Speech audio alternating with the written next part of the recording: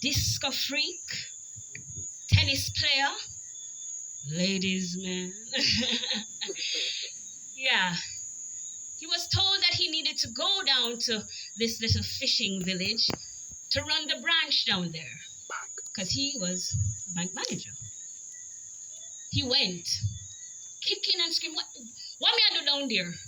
I have no business being down there. I know nobody. There's no disco. There's no lights. There's no parties. Nothing. But he went. He went and he was terrified. Terrified to be down there because guess what? He felt like an outsider. Yeah? In this little town where there are toothless rastas, fishermen and fisherwomen and other women, little huts here and there with what we now call B&Bs, yeah. But he became beloved. The community embraced him, but he still was missing something in his life. So his best friend and co-worker called him up one day. How you doing? Boy, I stay down here much longer. I think I'm about to just chuck off. And him say, why don't you start something? A charity. Find something to do. Occupy your time. Brilliant idea, he says. Yes. So he went home and he thought about it. And he came up with an idea. He decided to adopt the children's ward at the Black River Hospital. So he called up his secretary, called up his assistant, and he said, look here, I need a bunch of us to come together, get some donations, and do a presentation at Black River Hospital. Everybody said, yeah. Everybody jumped on board. And of course, that would also give them a little extra merit. So yeah, they decided to do that. So on the big day, everybody came together, dressed in the nines, in them t-shirt and them jeans and them, the name of the bank and everything, and loaded up the vans with the fridge, beds, all the little things that needed to be given to this hospital. When they arrived, he was greeted, like a big celebrity. Oh, look here, there's the little bank manager, the little white man there. Oh God, yes, lovely, lovely. We're getting free things. Wonderful. So he was brought to the room right adjacent to the children's ward. When he looked in, he heard children crying, some were playing, he saw some sleeping, and he saw some that looked like their world ended.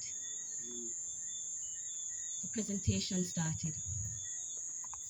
And while he was talking, he kept hearing a noise, like a sound, like a mosquito in his ears every time he spoke. But he tried to ignore it. So he spoke louder, but the crying got just as loud. He tried talking again, louder. Crying went louder. No, sir, something wrong with this child here. So after the presentation, he went to the head nurse and he said, tell me something. What is wrong with this child? From I come here, this child is just crying. What's going on? The head nurse said, I saw she ball all the time. Just ignore it. Ignore it? Okay. So he walked around and spoke to the other kids and, made friends with some of the little boys.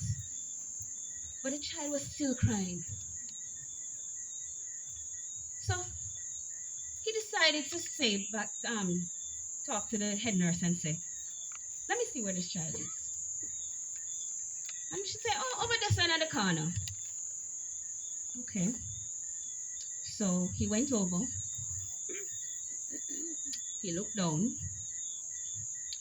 and the child opened its eyes, and it stopped crying. But he got upset. He went to the head nurse and said, "Why is this child in this condition?" What he saw in the crib was a scrawny, malnourished, bug-bitten child whose diapers were not changed in 3 to 4 days. So he lost it. He picked up that child and walked her around that room. And the child just looked at him, with big, beautiful eyes. And she just smiled. She stopped crying immediately.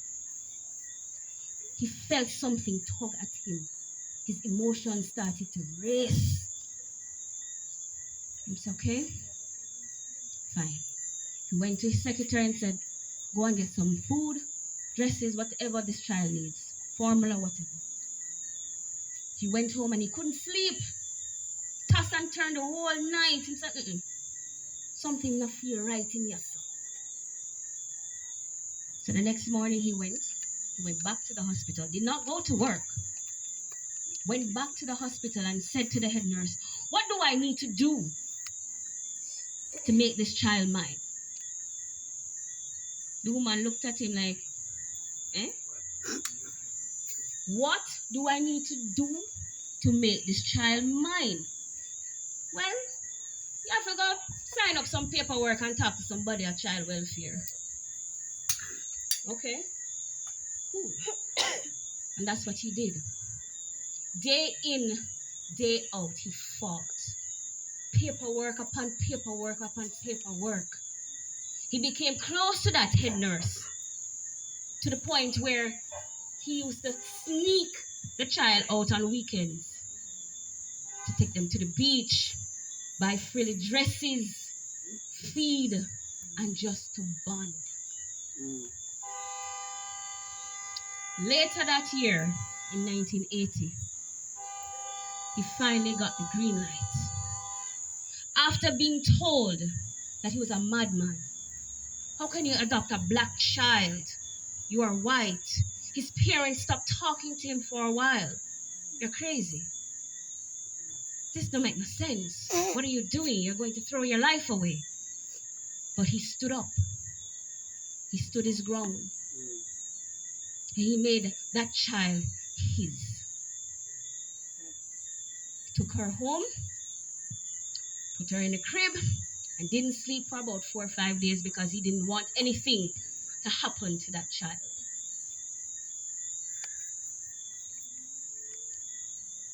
He nicknamed her Boogie, which would be me, Susie.